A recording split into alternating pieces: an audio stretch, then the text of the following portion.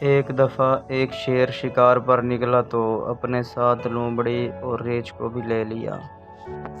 شیر نے 3 شکار کیے، ایک ہرن کا، ایک گائے اور ایک خرگوش۔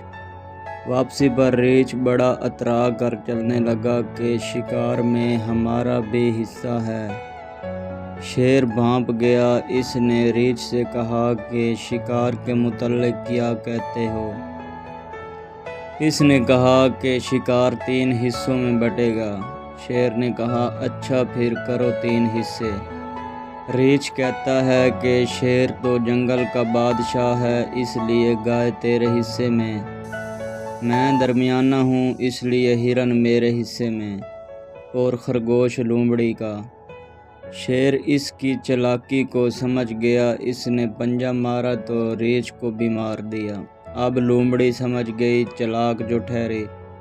اس نے سارا معاملہ سمجھ لیا۔ اب شیر نے اس سے پوچھا کہ بتا تو کیسے حصہ کرے گی؟